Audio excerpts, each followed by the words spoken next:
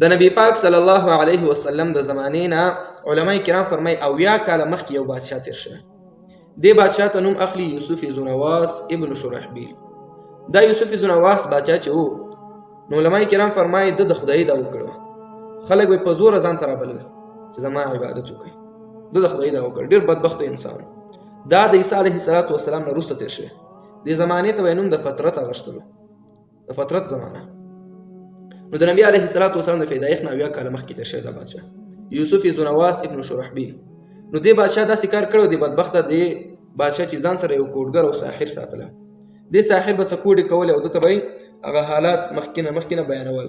مخکینی بادشاهانو به د عادتو لکه فرعونیانو چې ساتلي وو، فرعون او نمرود، د کوم لوی کافران چې تیر شوي دي به ځان سره دا کوډګران او ساحران جادوګران به ساتلي.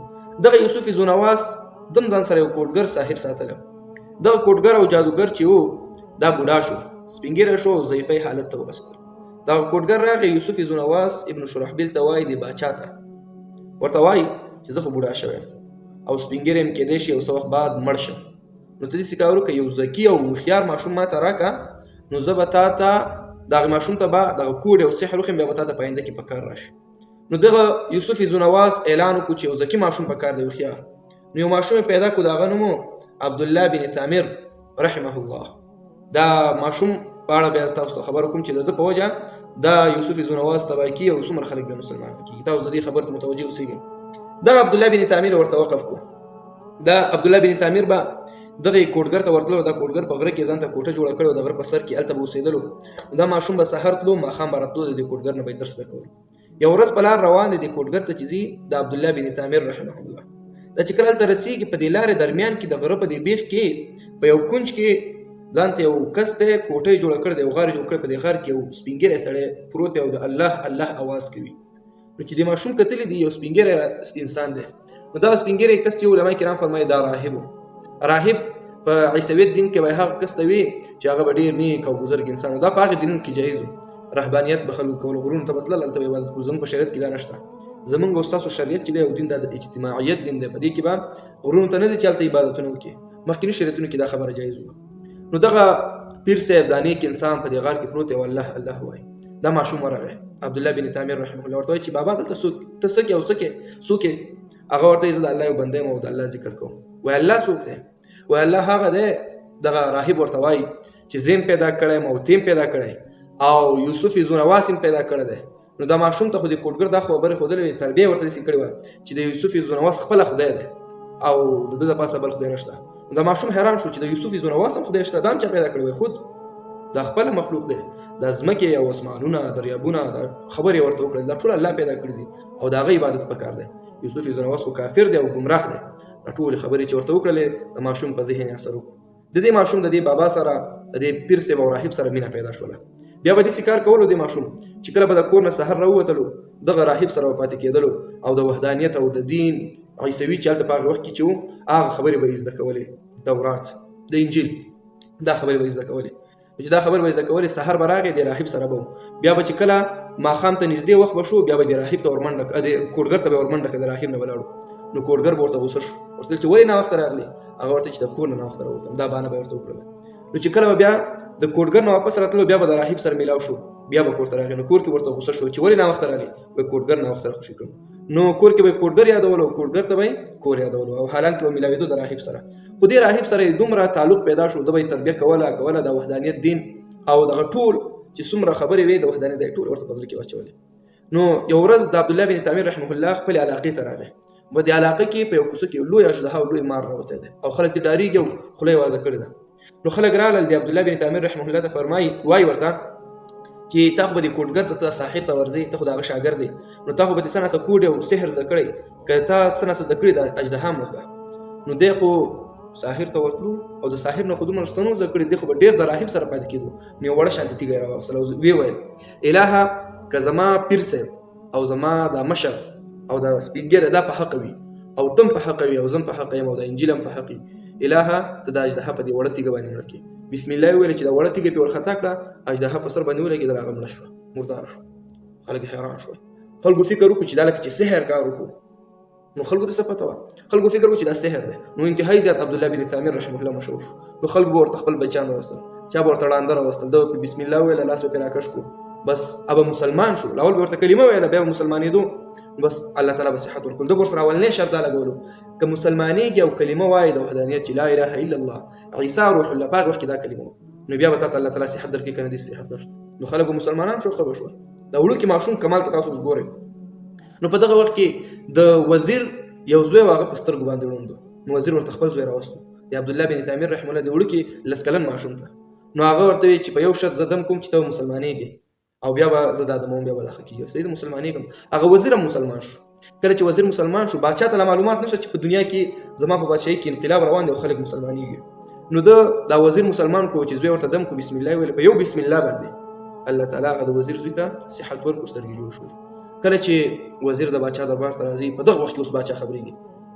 دا وزیر باچا ته وایي د یوسف زونواس ابن شرحبیل ته ورته وایي چې زه خو تا نه منم په خدای باندې، لاول خو د یوسف زونواس ته خدای ویلو، وایي څوک منې؟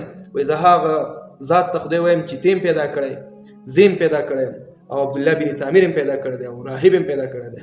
هغه راهب د ماشوم ته ویلي چې ګوره چې ما به چاته ښه نه ګوره، بیا زما د سر خطرې، خو بس د الله کارونه تاسو اوس متوجه شئ. په دې وخت کې دغه عبدالله بن د وزیر چې دی که نه، د باچا ته دا ټولې خبرې وکړلې. نو باچا انتهایي زیات زما نه بل خدای شته، او ورته وویل چې ستا نه بل خدای شته.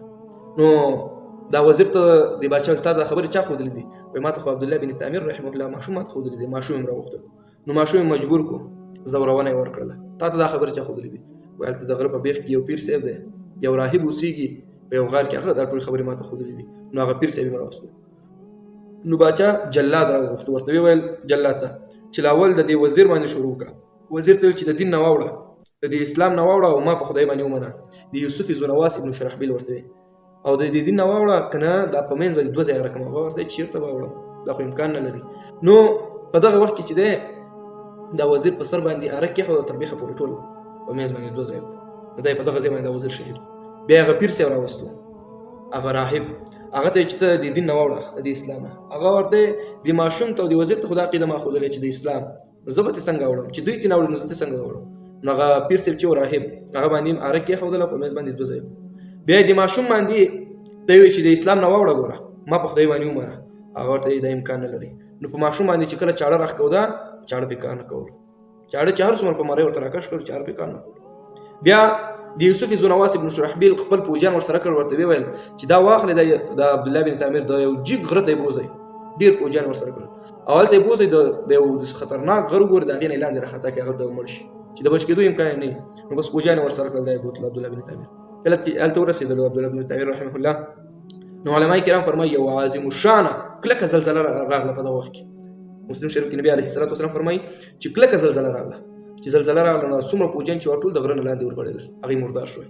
عبدالله بن تعمیر رحمه الله جوړ پاتې شو. بیا راغی په کلي کې تاویږي راتاویږي ګرځي او خلکو ته د اسلام دعوت ورکوي چې مسلمانان شي. په دغه وخت کې باچا بیا خبر شو چې هغه عبدالله بن تعمیر ماشوم خو ژوندی ګرځي.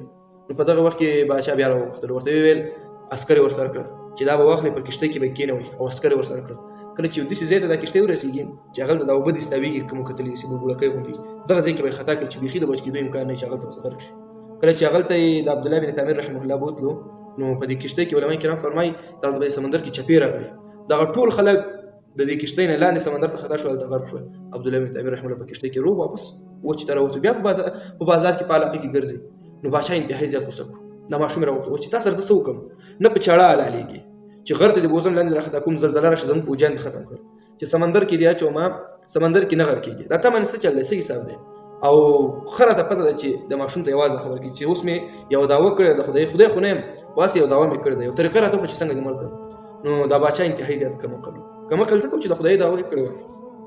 نو د ماشوم ورته عبدالله بن تعمیر رحمه الله چې زه مړ کېږم خو یو شرط دی. وایي شرط څه شی؟ وایي زه ستاسو په تور او په غشو باندې نه مړ کېږم.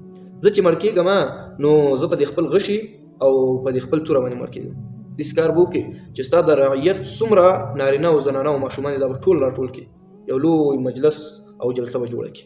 دا چې د کله راټول کړل او د هغې نه بعد به بیا زما د غشی کش کړي او ما په دې تندي باندې وولې زه به مړ شم. خو یو شرط دا دی چې دا به ووایي چې بسم رب هذا الغلام ارمي، بسم رب هذا الغلام ارمي، زه په نوم د رب د دې غلام باندې، یعنې الله تعالی یاد کړو، په نوم د رب د دې غلام باندې چې دا ماشوم په دې باندې زه ویشتل کوم او بس بیا به راکش کې زه بس په تندي ولګي مړ بشم شهید بشم. او باچا خو کمقلو بس صحیح ده دا خو آسان کار دی. ټول خلک را ټول کړل یو ستنې پورې د عبدالله بن تعمیر ماشوم وتړلو او دې باچا په زوره باندې دا خبره وکړه چې بسم رب هذا الغلام ارمي دا خبره وکړه چې زه په نوم د دې غلام په نوم د رب د دې غلام باندې شروع کوم او وشتل کوم چې کله غشه خوشي کوم د ماشوم په تندي باندې ولګېدل انا لله و انا الیه راجعون ماشوم ته شهید شو. کله چې ټول خلکو دا خبره وکړه چې باچا دا خبره وکړه چې په نوم د رب د دې غلام باندې زه وشتل کوم نو بس باچا چې خلکو دا خبره واوریدله ټول خلکو شروع آمنا برب هذا الغلام آمنا برب هذا الغلام مونږ تصدیق کړی د ایمان مو راوړی دی په رب د دې غلام باندې په رب د دې ماشوم باندې. او څومره خلک چې جلسه کې ټول مسلمانان شو کلمه ویله چې لا اله الا الله عیسی روح الله دا کلمه ویله. باچا حیران شو. ما یو عبدالله بن تعمیر رحم الله ختمولو په لکونو راته پیدا شول داسې جنجال شو. بس باچا پوښتنه اعلان وکړو چې داسې کار وکړئ چې څوک زما پیرویان دي او ما ته خدای وایي دا پرېږدئ چې څوک ما ته خدای نه وایي او الله ته او د عیسی علیه السلام رب ته خدای وایي دا بس مړه کوي. او په د کوڅو په مخ کې غټې غټې کندې جوړې کړلې هلته چې کندې جوړې کړې په هغې کې ورونه بل کړل وایي چې څوک ما ته خدای نه وایي دا دې ورته ور واچوي. بس چا به چې وي چې موږ یوسف زونه واسطه خدای نه وایي هغه به ورته ورخطا. بس دغه واقعه الله تعالی په قرآن کریم کې ذکر کوي چې قتل اصحاب الاخدود شهید کړی شول یا قتل اصحاب الاخدود هلاک کړی شول اصحاب الاخدود هغه خاوندان د کندو په سورۃ البروج کې الله تعالی دا واقعه ټول مفسرینو دا واقعه په دغه سورۃ لاندې دغه آیت لاندې دغه لیکلې ده خبر پوه شوې قتل اصحاب الاخدود کې نو دغه خلک به راوستل او دغه شهیدانول. بیا یو زنانه علماء کرام فرمایي دې سره په غیږ کې یو ماشوم نو هغه زړه نه کې دغه د زنانه زړه چې د یوسف زونواس ته خدای وایي لاول خو تصدیق کړو ایمان راوړو نو په دغه وخت کې د زنانه زړه دا وشو په ماشوم ترس راغی رحم پیراغی چې زبر د کفر کلمه وایم او د یوسف زونواس ته بیا خدای چې د ور نه بچم. نو په دغه وخت کې د ماشوم چې په غیږ کې دی د ماشوم خبر شروع کړي چې مور دا خو ته ور ښکاری خو ور نه دی دا باغونه دی ورټوب کا. نو مور چې د ماشوم خبرې واوري چې ماشوم خبرې کوي بس ورته ورټوب کړ هغه مور یې مغلطه شهید شوله بس هغه جنت ته لاړ. نو بس د اخر کې بیا دې کارو چې څومره مسلمانانو دای شهیدان کړل دغه ور بیرته راجګ شو د یوسف زونواس په پوجانو په یوسف زونواس باندې ورغی ټول مردار کړ. نو ځکه الله تعالی فرمایي چې قتل اصحاب الاخدود.